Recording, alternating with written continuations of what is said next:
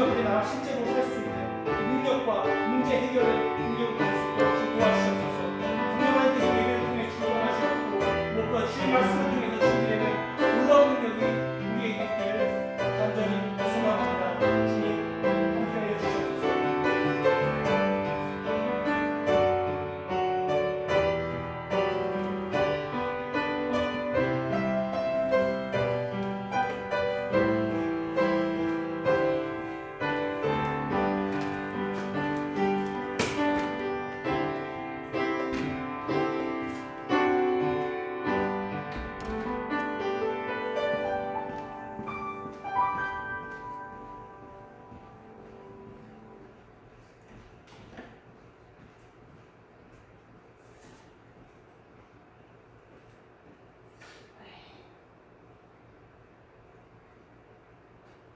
시간 되었으면 함께 일어나셔서 찬송가 29장 성품을 쓰고 성령 형님들 손을 붙여 얘기를 하면 좋겠습니다.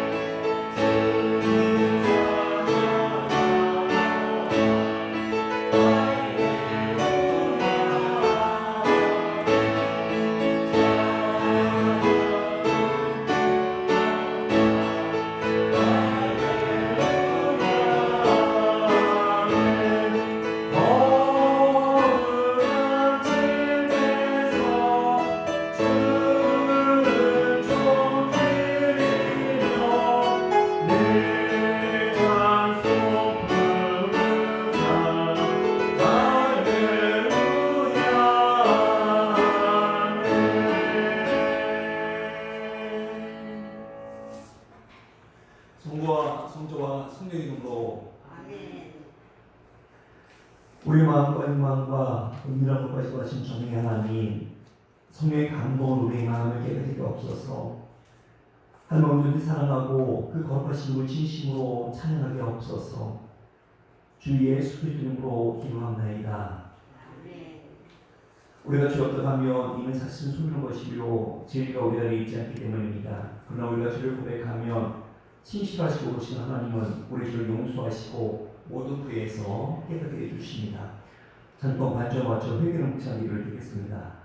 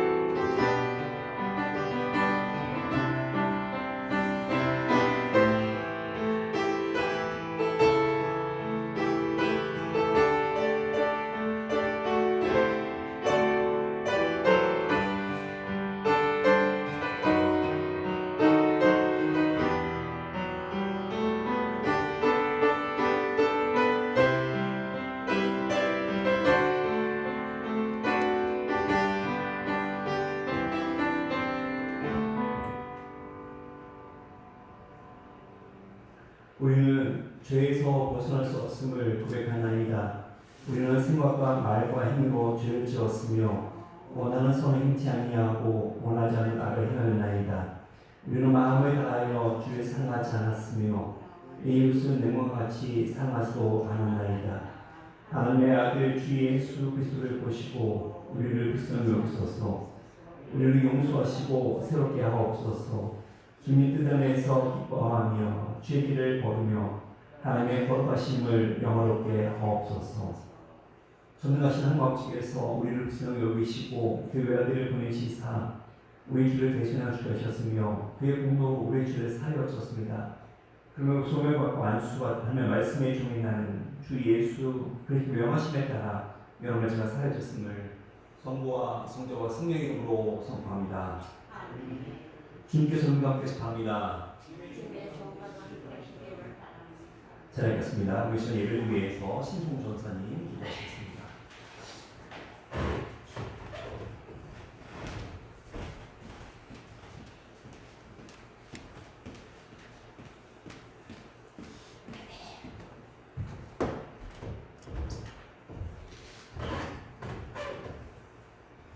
함께 기도하시겠습니다. 여호와여 나의 말에 귀를 기울이사 나의 심령을 헤아려 주소서. 나의 왕 나의 하나님이여 내가 부르짖는 소리를 들으소서. 내가 주께 기도하나이다. 오늘 이 예배 시간을 통해 하나님의 계획과 예수 그리스도의 배수의 은혜 그리고 성령님의 인도하심을 경험하는 예배가 되기를 간절히 소망합니다. 하나님께서는 저희들이 살아갈 수 있는 삶을 주셨습니다. 기쁨을 주셨고 가정을 주셨습니다. 감사할 수 있는 것들이 너무나 많은 걸 고백합니다. 그 가치와 귀중함을 잊지 않게 붙잡아 주시옵소서. 비록 지금의 환경과 상황이 모든 이들에게 다양하게 어려움을 줄 수 있는 환경이지만 더 큰 기쁨이 되는 예수님을 온전히 붙잡고 나간다면 또다시 새로운 길을 볼 수 있고 만들 수 있음을 고백합니다.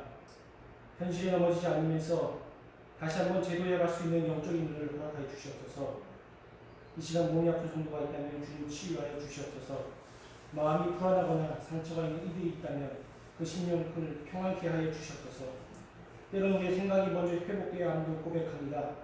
모든 것을 아시는 주님 앞에서 정직한 생각을 가지고 주님 앞에 나오도록 인도하여 주시옵소서. 해결의 열쇠는 우리의 지성과 직관, 이성의 노력들이 아니라 하나님의 말씀으로부터 시작된다는 것을 압니다. 말씀을 통해 실제적인 십자가의 역성을 누리는 시간 되도록 성령님께서 친히 저희를 인도하여 주시옵소서. 말씀 충만하고 사랑 충만하여 베델교회를 세우신 그분의 목적에 따라 더욱 성숙한 영성을 소유한 베델교회 성도님이 되게 하시고 지역의 등불로 부르셨으니 복음의 본질을 실천하여 주님께 칭찬받는 교회가 되도록 주님께서 붙잡아 주시옵소서. 모든 것을 주님께 맡깁니다. 감사합니다. 예수님 이름으로 기도합니다.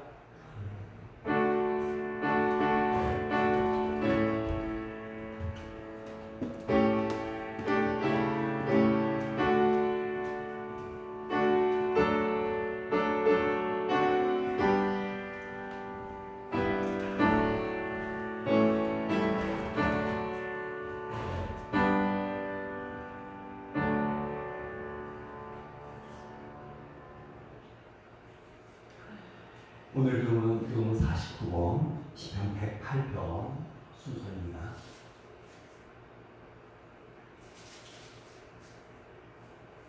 네, 한 절씩 교독하겠습니다. 하나님이여 내 마음을 정하여 싸우니 비파의 수고만 깰지어다. 여호와여 내가 만민 중에 주께 감사하고 주의 인자심이 하늘보다 높으시며 하나님이여 주는 하늘 위에 높이 들리시며 주께서 사랑하시는 자들을 건지시기 위하여 우리에게 응답하사 오른손으로 구원하소서.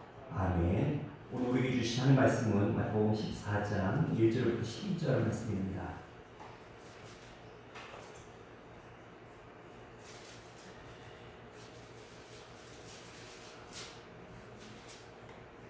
마태복음 14장 1절부터 12절 말씀 우리 한 절씩 교독하겠습니다. 그때에 분봉왕 헤롯이 예수의 소문을 듣고 그 시간대에 이르되 이는 세례 요한이라 그가 죽은 자 가운데서 살아났으니 그러므로 이런 능력이 그 속에서 역사하는 줄알더라. 전에 헤롯이 그 동생 빌립의 아내 헤로디아의 일로 요한을 잡아 결박하여 옥에 가두었으니 이는 요한이 요셉이 말하되 당신이 그 여자를 찾으시고 있지 않다 하였습니다. 헤롯이 요한을 죽이려 하되 우리가 그를 손죄하려 여김으로 그들을 두려워하더니 마침 헤롯을 생기되어 헤로디아의 날린 연석 가운데서 춤을 추어 헤롯을 기쁘게 하니 헤롯이 맹세로 그에게 무엇이든지 달라는 대로 주겠다고 약속하거늘 그가 제 어머니의 시킴을 듣고 이르되 세례 요한의 머리를 서관에 얹어 문석에게 주소서 하니 왕이 근심하나 자기가 맹세한 것과 그 함께 앉은 사람들 때문에 주라 명하고 사람을 보내 옥에서 요한의 목을 베어 그 머리를 소관에 얹어서 그 소녀에게 주니 그가 자기 어머니에게로 가져가니라. 요한을 주변에 가서 수시를 받아다가 장사하고 가서 예수께 아뢰니라. 아멘. 함께 사도신경으로 우리 신앙을 고백하겠습니다. 전능하사 존재를 만드신 하나님 아버지를 내가 믿사오며 그 외아들 우리 주 예수 그리스도를 믿사오니 이는 성령으로 잉태하사 임금교 마리아에게 나시고 본디오 빌라도에게 고난을 받으사 십자가에 못 박혀 죽으시고 장사한 지 사흘 만에 죽은 자 가운데서 다시 살아나시며 하늘 오르사 전능하신 하나님 품에 앉아 계시다가 저리로서 산자와 중자를 심판하러 오시리라. 성령을 믿사오며 거룩한 공예와 성부가 소득한 것과 죄를 사하여 주시는 것과 몸 다시 산 것과 영원히 산 것을 믿사옵나이다. 아멘. 함께 복음성과 너무 시내가의 심문하거나 함께 찬양드리겠습니다.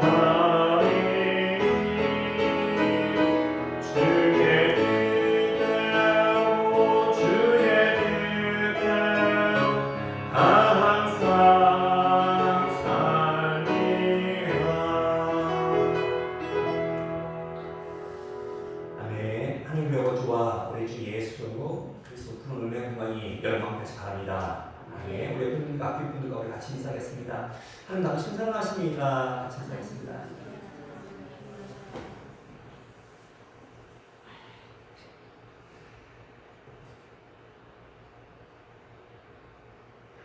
오늘 마태복음 1한 시간입니다. 지는 싸움도 해야 할 때가 있다. 지는 싸움도 해야 할 때가 있다는 제목으로 하나님 말씀을 전하겠습니다.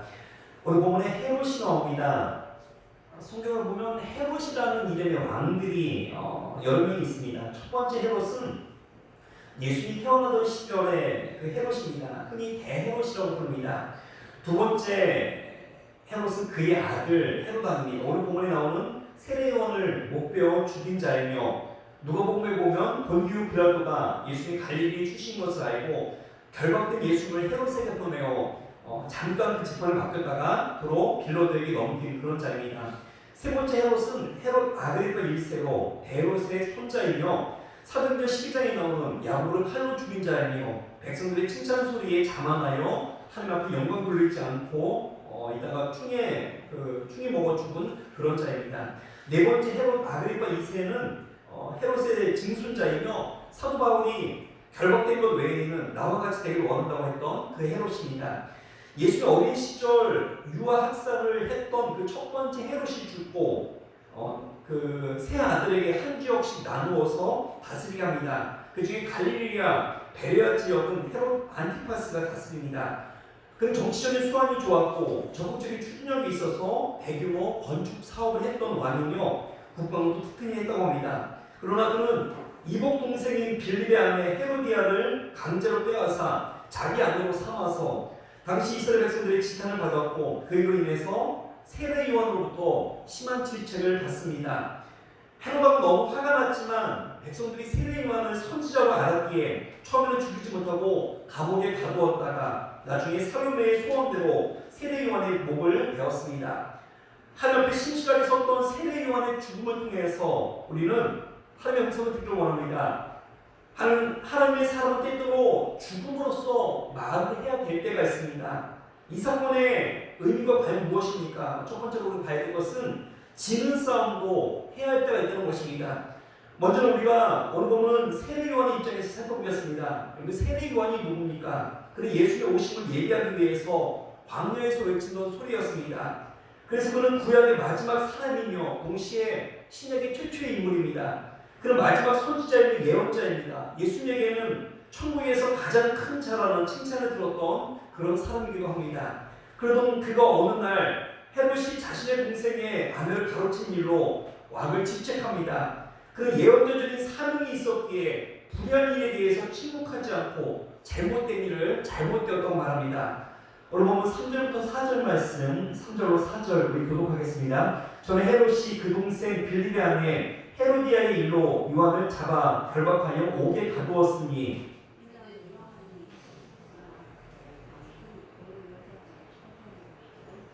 네, 4절 말씀을 같이 한번 읽어보겠습니다. 이는 요한이 헤롯에게 말하되 당신이 그 여자를 차지한 것이 옳지 않다 하였습니다. 아멘. 결국 그 일로 인하여 감옥에 갇히게 되었고 나중에는 목베어 죽음을 당합니다. 많은 사람들이 예수의 오심을 예비하며 광야에서 세례를 베풀던 그 세례 요한의 죽음치고는 너무나도 험한 죽음입니다. 그냥 생각하기에 무모한 죽음 같습니다. 말 안 하고 가만히 있었으면 되었을 텐데 왜 말해서 죽었을까? 그런다고 헤롯이 뭐가 달라지나 하나 이거 분명히 실패한 죽음이라고 우리가 그렇게 생각할 수도 있습니다. 여러분 세례 요한만 그렇습니까? 예수의 십자가 죽음을 보십시오. 강도들과 함께 죽었습니다. 그분의 죽으심 당시 제자들에게는 실패한 죽음이라고 인식되었습니다. 스테반 죽음도 마찬가지입니다. 아무 의미 없이 무참하게 죽은 것 같이 보입니다. 그러나 아니죠. 그가 전한 마지막 설교가 나중에는 사도 바울의 믿음의 근거가 되었습니다. 한국 기독교 초창기에 신사참배에 반대하여 많은 사람들이 순교를 당합니다. 말이 순교지 돌에 맞아 죽고 주창에 찔려 죽고 개처럼 찢어져서 죽고 목베어 당해서 죽고 굶겨 죽고 많은 목사님들이 일본 사람들에게 죽음을 당했습니다. 그 당시에는 죽은 자는 의미 없는 죽음 같고 헛된 죽음 같이 보였습니다. 그러나 그런 죽음도 불쌍한 믿음이 있었기에 이후에 한국 교회에 정말 많은 분이 있었음을 우리가 보게 됩니다. 우리나라 최초의 순교자인 토마스 선교사를 보십시오. 영국 출신의 27살의 젊은 나이에 조선 선교의 꿈을 품고 제대로 셔먼호를 타고 조선에 왔습니다. 그러나 대동강을 한강인 줄 알고 왔다가 조선 땅을 제대로 밟아보지도 못하고 순교를 당합니다. 1866년 병인 양육대에 이릅니다. 당시 영국 교회는 토마스 선교사의 죽음을 두고 실패한 사역이라고 평가를 했습니다. 왜냐하면 무모하게 너무나 위험한 곳에 가서 들어가지도 못하고 죽었기 때문입니다. 그러나 여러분 영적인 일에 실패는 없습니다.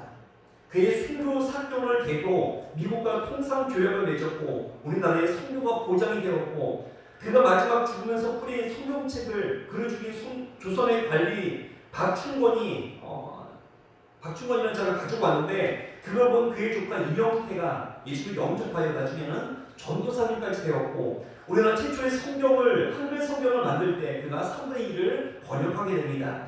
또한 토마스 선교사가 뿌린 성경을 수거했던 당시 평양 감령 경비였던 박영식은 그 성경 3권을 자기 집에 도배지로 사모려고 가져왔다가 성경을 읽고 예수를 영접합니다. 더 놀라운 것은 박영식이 성경으로 도배했던 그 집이 나중에 교회가 세워졌는데 그 교회가 평양에 있는 산정현 교회입니다. 1907년 우리나라 기독교의 큰 동의 태동이 되었던 바로 그 교회입니다. 그런데도 우리가 어떻게 그의 사역을 실패한 사역으로 말할 수 있겠습니까? 우리가 때때로 도저히 변화될 것 같지 않은 사람에게 전도할 때 당시에는 별 의미가 없어 보입니다. 그에게 차디찬 우리가 거절을 당하면 실패한 것 같습니다. 그러나 여러분, 영적인 일에 실패가 없음을 우리가 믿으시기 바랍니다. 우리가 누군가를 위한 중보기도 당장은 열매가 없어 보입니다. 그러나 우리가 낙심하지 말아야 할 것은 우리가 기도가 때가 되면 열매를 맺게 될 줄 믿습니다. 우리가 전하는 복음이 당장에는 열매가 없어도 복음의 씨앗이 뿌려졌기에 언젠가는 큰 열매를 맺게 될 줄 믿습니다. 그러므로 우리가 오늘 설교 제목과 마찬가지로 영적인 일에는 지는 싸움도 해야 할 때가 있습니다. 지금 당장 힘들고 어렵고 계란으로 바위를 치는 것 같이 보여도 누군가는 외쳐야 합니다. 누군가는 반드시 전해야 합니다. 하나님의 명령하신 일에는 의미 없는 일은 없습니다. 하나님 믿지 않는 자들에게 복음을 전해서 뭘 될까? 복음을 거부하는 가족들에게 전도한다고 뭘 될까? 혹시 괜히 분위기만 나빠지는 거 아닐까요? 근데 아닙니다. 지금 당장 변화가 없더라도 우리의 사명은 꾸준히 전하는 것입니다. 그게 우리의 사명이며 오늘 하나님께서 우리에게 말씀하시고자 하는 가장 중요한 메시지입니다. 여러분들, 영적인 일에 실패는 없습니다. 평가는 오직 하나님만 하실 수 있습니다. 그러므로 지금 당장 열매가 없어도 그저 우리는 묵묵히 사명을 감당하면 때가 되면 주님께서 열매되게 하시다 믿습니다. 우리가 믿는 하나님은 모든 것이 합력하여 서로 이루게 하시는 분이십니다. 지금 당장 눈에 보이는 열매가 없더라도 바라기는 우리의 삶 속에서 날마다 말씀 붙들고 말씀대로 순종하며 살아갈 수 있는 믿음의 신실한 되기를 간절히 축원합니다. 두 번째 봐야 될 것은 오늘 본문을 우리가 헤롯의 관점에서 보려고 합니다. 여러분, 헤롯의 잘못이 무엇입니까? 그는 잘못임을 알고도 회개하지 않았다는 것입니다.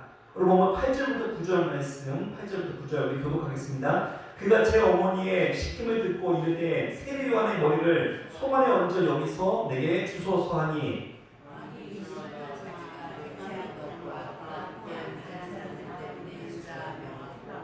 예, 아멘. 왕이 근심하나 그랬습니다. 분명히 헤롯도 세례 요한은 죽으면 안 된다는 것을 그는 알고 있었습니다. 지금 뭔가 일이 잘못되어 가고 있다는 것을 그는 느꼈습니다. 일말의 양심에 갑자기 느껴지는 그런 순간입니다. 그러면 그는 돌아서야죠. 그런데 헤롯의 잘못이 무엇입니까? 그는 잘못임을 알고도 돌이키지 않았다는 겁니다. 마가복음에 보면 헤롯의 고민이 더 자세하게 기록되어 있습니다. 우리 교독을 읽어보겠습니다. 마가복음 6장 19절부터 20절입니다. 헤로디아가 요한을 원수로 여겨 죽이고자 하였을 때 하지 못한 것은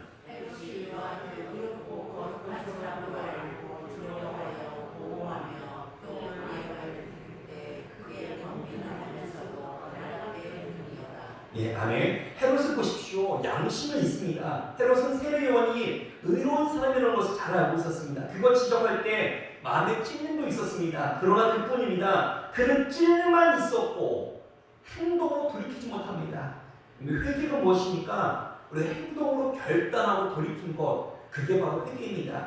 마틴 루터가 이런 얘기를 합니다. 새가 머리 위에 나는 것을 나는 막을 수 없지만 새가 내 머리 위에 둥지를 트는 것은 막을 수 있다고 얘기합니다. 무슨 말입니까? 새가 하늘을 날다가 오물을 싸는데 그것이 내 머리에 떨어진 것을 우리가 어떻게 합니까? 운이 나쁘면 맞아야죠. 그러나 내 머리 위에 둥지를 트는 것은 우리가 얼마든지 막을 수 있다는 겁니다. 둥지를 틀려면 시간이 걸리기 때문에 우리가 하나님 앞에 잘못된 것임을 깨달으면 멈춰야 합니다.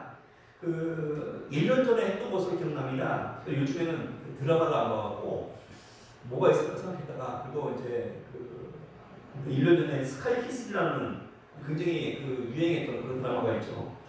저는 그 드라마를 보면서 굉장히 은혜를 많이 받았어요. 저는 보면서 야, 정말 드라마도 저렇게 복음적인 얘기를 할 수 있구나 그렇게 깨닫게 되었습니다.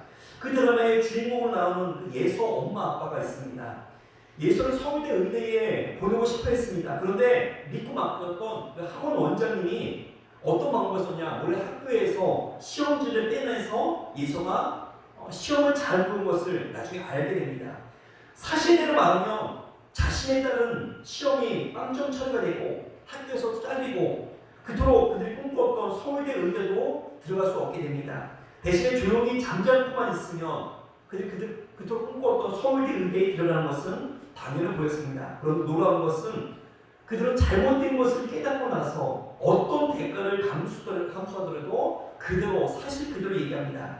저는 그 데르만 작가가 누군지 잘 모르지만 분명히 기독교인이라고 생각합니다. 왜냐하면 그것이 기독교에서 말하는 회개의 모습이기 때문입니다. 오늘도 마찬가지입니다. 잘못된 것을 깨달았으면 즉시 고치고 회개해야 합니다. 만약에 그렇지 않다면 죄는 반드시 장수하게 되어 있습니다. 야고보서 1장 15절에 보면 욕심이 잉태한 즉 죄를 낳고 죄가 장성한 즉 사망을 낳느니라고 합니다. 성경 분명히 우리에게 죄가 장성한다고 말합니다. 우리가 죄인 것을 깨달았음에도 불구하고 그 죄를 회개하지 않으면 결국에는 더 커집니다. 죄가 장성하게 됩니다. 우리나라 속담에도 바늘 도둑이 소독된다라는 그런 말이 있습니다. 하늘 말씀이 내 양심에 호소하며 회개하고 결단하십시오. 늘 반복적으로 짓는 그런 죄가 있으니까 오늘 시간 결단으로 끝내는 역사가 일어나게 되기를 간절히 축원합니다. 그런데 어리석은 인생은 설교 시간에 정말 양심에 들리는 소리가 있어도 찔림은 받지만 그때뿐입니다. 삶 속에서 말씀과 대치되는 결정을 알지만 결국에는 자신의 이익을 쫓아갑니다. 사실 이런 사람이 가장 악한 자입니다. 빌라도를 보십시오. 그의 아내가 꿈속에서 환상 중에 예수가 메시아인 것을 알고 빌라도에게 알리고 빌라도도 자신도 예수가 죄가 없는 것을 알았지만 결국 예수님을 죽게 내버려 둡니다. 분명히 잘못된 것을 알았지만 말하지 않았기 때문에 우리는 사도신경을 고백할 때마다 본디오 빌라도에게 고난을 받았사 우리는 그렇게 고백을 한 겁니다. 오늘 본문의 헤로다는 회개해야 할 때 회개하지 않고 회피만 합니다.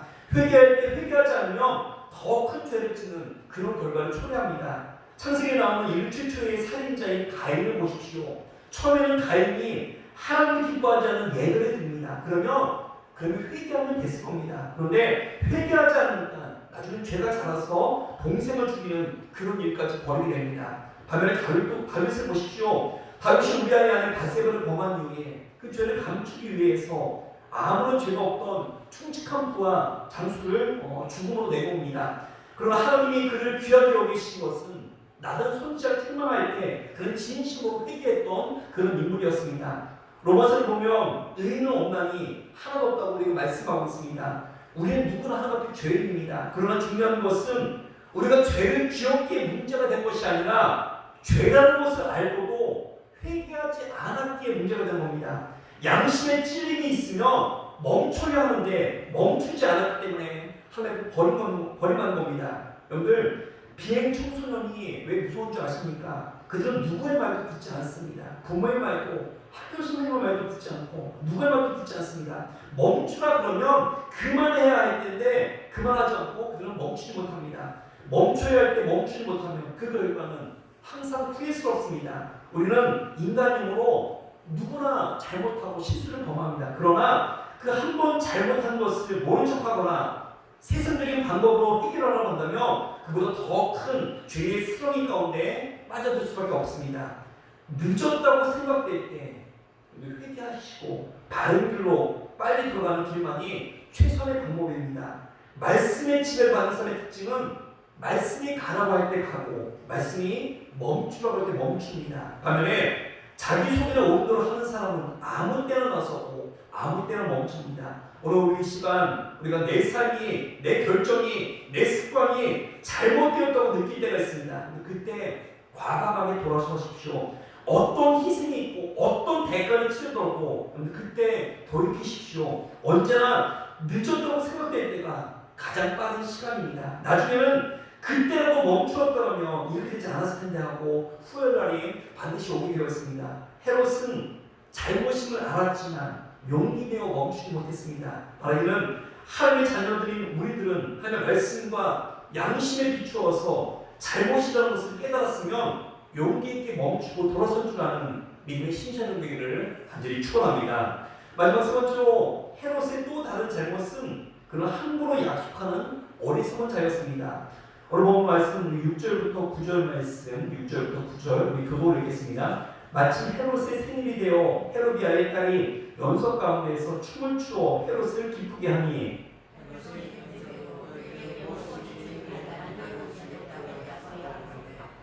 그가 제 어머니의 시킴을 듣고 이르되 세례 요한의 머리를 소반에 얹어 여기서 내게 주소서 하니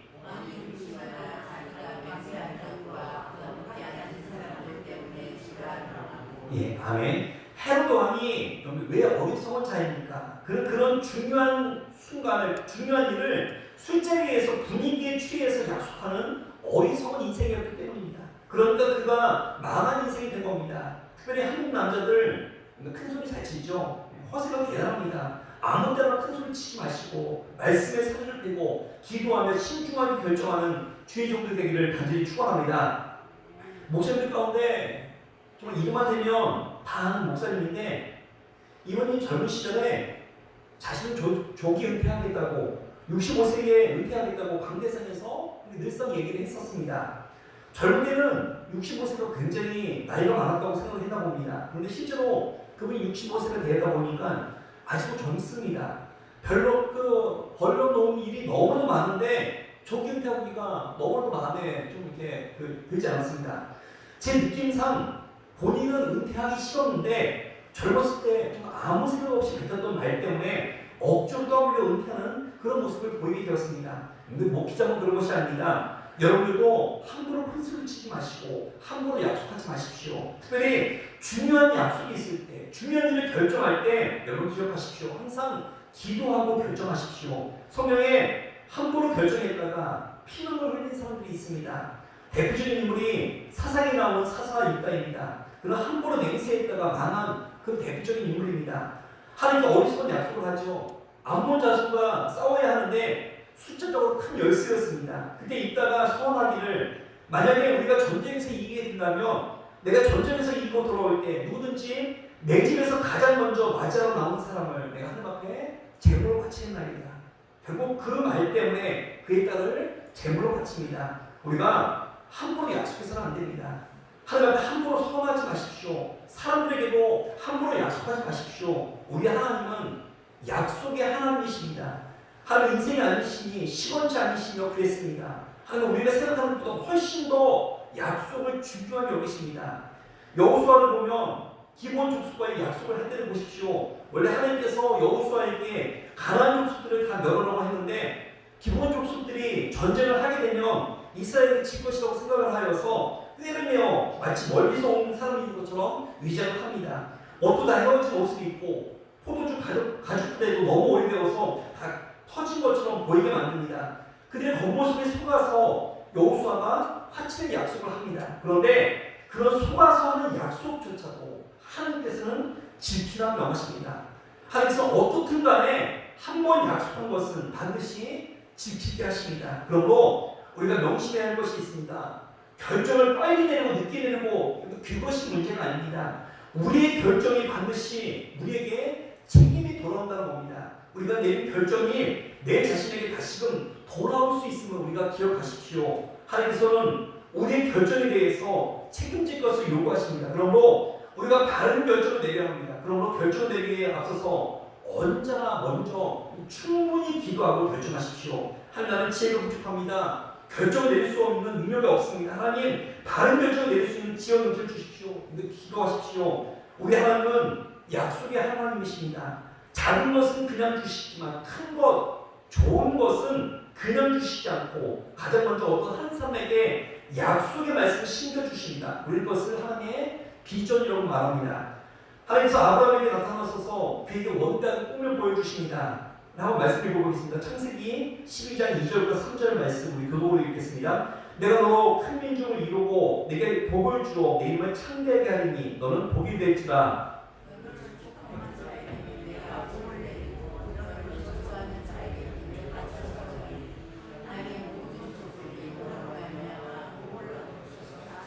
예, 아멘. 엄청난 약속이죠. 큰 민족을 이루고 복의 근원이 될 것이라 말씀하십니다. 그런데 자세히 보면 먼저는 아브라함 한 사람에게 약속을 주시고 나중에는 민족 전체에게 그 약속을 성취케 하십니다. 성경에 나오는 가장 큰 메시지가 약속과 성취입니다. 그 사이에 기다림이 있습니다. 우리는 그것을 믿음이라고 부릅니다. 찬송가 545장에 보면 이런 가사가 있습니다. 이 노래 아무 줄도 아니 되어도 믿음만을 가지고서 늘 걸으며 이 길에 아무 소리 아니 들어도 하나님의 약속의 소리라는 그렇습니다. 우리가 믿는 하나님은 약속의 하나님이시고 우리는 하나님의 약속의 백성들입니다. 하나님은 한 번 약속하신 것은 반드시 지키십니다. 또 우리에게도 약속한 것은 반드시 지키라 명하십니다. 하나님 앞에 귀하게 쓰임받는 사람들이 되기 원하십니까? 그렇다면 함부로 분위기 때문에 약속하지 마시고 약속한 것은 반드시 지킬 수 있는 믿음의 귀한 성도 되기를 간절히 축원합니다. 그러므로 기독교인들 중에 약속을 너무나도 쉽게 생각하고 너무나도 쉽게 해버리고 또 너무나도 쉽게 어기는 사람들, 뭔가 말씀에 맞지 않는 사람들입니다. 왜냐하면 우리는 언제나 약속을 바라보며 사는 주의 백성들이 되기 때문입니다. 민수기 나오는 가나안 땅을 정탐했던 12명의 정탐꾼들을 보십시오. 10명의 사람들은 가나안 사람들이 키가 크고 견고한 성을 보고 우리는 그들을 이길 수 없다. 그들을 보기에 우리는 메뚜기가 말합니다. 반면에 여호수아와 갈렙은 사람들이 눈에 보이는 것을 의지한 것이 아니라 그들은 하나님의 약속을 믿고 갔다는 겁니다. 결국 약속을 붙드는 여호수아와 갈렙이 그 땅을 차지하게 되었습니다. 여러분들 신앙은 약속을 붙드는 겁니다. 기도할 때 어떤 기도가 가장 강력한 기도일 줄 아십니까? 하나님 약속의 말씀 붙들고 기도하는 겁니다. 너는 내게 부르짖으라. 내가 내게 응답하겠고 내가 알지 못한 크고 비밀한 일을 내게 보이리라. 기도 응답이 더딜 때마다 여러분들 이 하나님 약속 붙들고 기도하십시오. 하나님 우리에게 약속하지 않았습니까? 그러면서 약속 붙들고 기도하십시오. 고난 중에 있을 때도 하나님 약속 붙드십시오. 두려워하지 말라. 내가 너와 함께하리라. 놀라지 말라. 나는 내 하나님이 되리라. 내가 너를 굳세게 하리라. 참은 나의 오른손으로 너를 붙들리라. 하나님 분명히 약속하지 않았습니까? 하나님 내 삶을 붙들어 주옵소서. 이렇게 약속 붙들고 구하는 기도가 가장 강력한 기도입니다. 지금 시대는 우리가 갈수록 약속을 중요시하는 그런 시대가 되었습니다. 선진국일수록 약속을 생명처럼 지킵니다. 우리 가운데 큰 소리 치는 사람 너무 믿지 마시고 약속을 지키는 사람인가 봐야 합니다. 장담하고 큰 소리 치는데 아무것도 안 하는 그런 사람 되지 마십시오. 함부로 약속하지 마시고 약속을 했다라면 반드시 지킬 줄 아는 믿음의 신실한 되기를 간절히 축원합니다. 우리는 하나님 나라의 약속의 백성입니다. 바라는 우리 삶 속에서 함부로 약속하지 마시고 또한 힘들고 어려워도 하나님 약속의 말씀 붙들고 늘 승리할 수 있는 믿음의 신실한 되기를 간절히 축원합니다. 아멘. 우리 시간 함께 말씀 나누면서 기도하겠습니다. 우리 비전 찬양 부르신 후에 우리 첫 번째 하나님의 사명에 실패는 없던 것을 우리가 깨닫게 합니다. 두 번째 잘못되었던 것을 깨달았을 때 돌이킬 수 있는 그런 용기가 있기로 합니다. 세 번째 우리는 약속의 백성들입니다. 분위기 때문에 함부로 약속하지 않기 원합니다. 네 번째 나라 민족을 위해서 같이 함께 기도하겠습니다.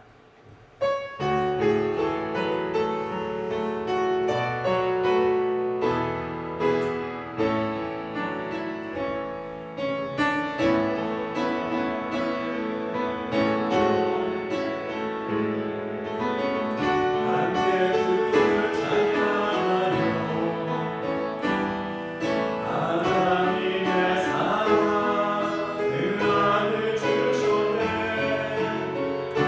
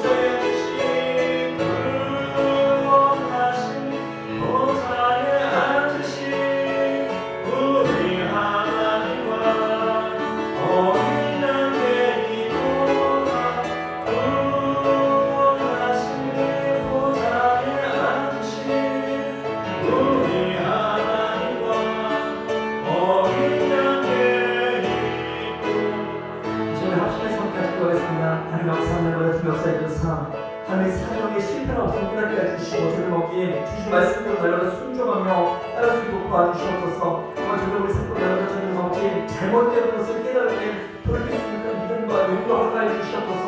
하나님의 말씀이 내 양심에 힘이 있을 때 저를 돌리게 해주시고 주신 말씀대로 나는 살아가면 살아갈 수 있도록 역사해 주시옵소서. 우리는 하나님의 약속의 말씀을 저를 깨닫게 해주시고 내가 저를 먹기 불행되면 아무도 약속하지 않고 와주시고 하나님 약속대로 나를 나갈 수 있도록 역사해 주시옵소서. 여러분 지금 약속히 살아가면서 많은 사람이 구조를 위해서 힘들어하고 있고 고통하고 있습니다. 아버지 주께 살아가 주시고 주 역사해 주시고 남자의 중에서 신노전의 눈을 베풀어서 다시 한번 일상생활 돌아오게 해주시고 많은 사람들이 기쁨과 평안 가운데 살아갈 수 있도록 도와주시고 정말 그런 주여 주님 주사 그리고 인수를 하게 해주시고 오늘 말씀 가운데 오늘 설수 있는 그들과 소모될 수 있도록 주 역사해 주시옵소서. 감사합니다. 예수님으로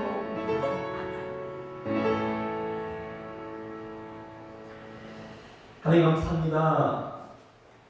하나님의 사명에 저들 실패는 없음을 깨닫게 해주시고 주님께 말씀하실 때 우리가 그 말씀 앞에 순종하며 나갈 수 있도록 주께서 역사하여 주시옵소서. 감사합니다. 이 모든 말씀 우리를 주 예수로 구원하신 우리 주 예수 이름으로 기도합나이다. 함께 찬송가 545장 함께 찬송하겠습니다.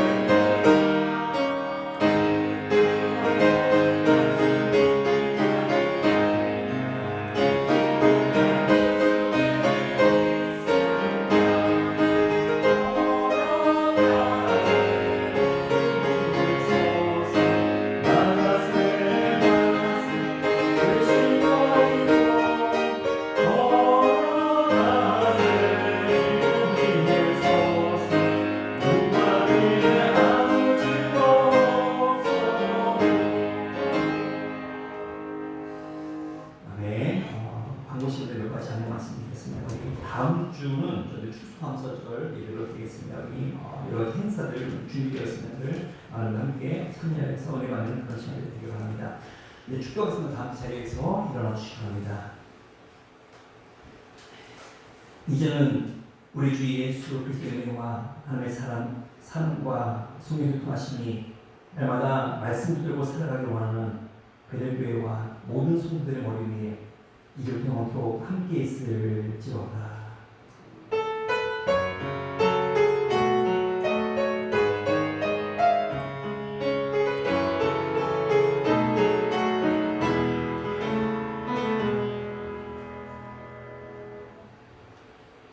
함께 찬송가 259장 찬송 기승으로 모든 주례를 마치겠습니다.